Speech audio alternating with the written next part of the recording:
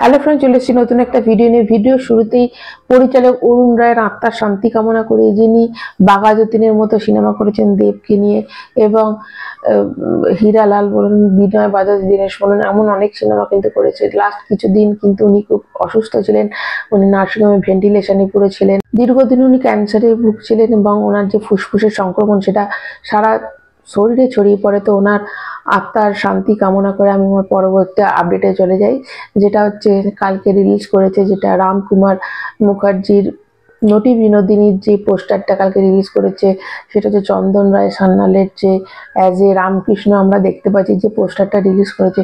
চন্দন রায় সান্যালকে কিন্তু একদম কিন্তু মেকআপটা দারুণ করেছে এবং পোস্টারটা খুব সুন্দর এসেছে। পোস্টারটাতে দেখা যাচ্ছে রামকৃষ্ণ বেশে তিনি বসে আছেন।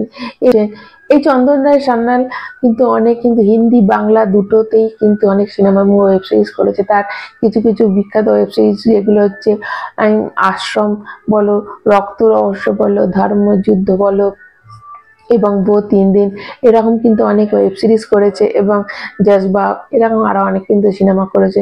এবার দেখাচ্ছে এবং অনেক অ্যাডভার্টাইজমেন্টও কিন্তু ওনাকে দেখা যায়। তো রামকৃষ্ণ বেশে কিন্তু একদম অনেকটা কিন্তু ওনাকে পুরো মেকআপটা এত সুন্দর করে করা আছে, ভীষণ ভালো লাগলো। এবার দেখা যাক যে কেমন সিনেমাটা হয়, ওনার রোলটা সিনেমাটাতে কতটা কি ইম্পর্টেন্ট থাকে এবং কতটা উনি রামকৃষ্ণকে ফুটিয়ে তুলতে পারেন ক্যামেরার সামনে, সেটাই এখন দেখা।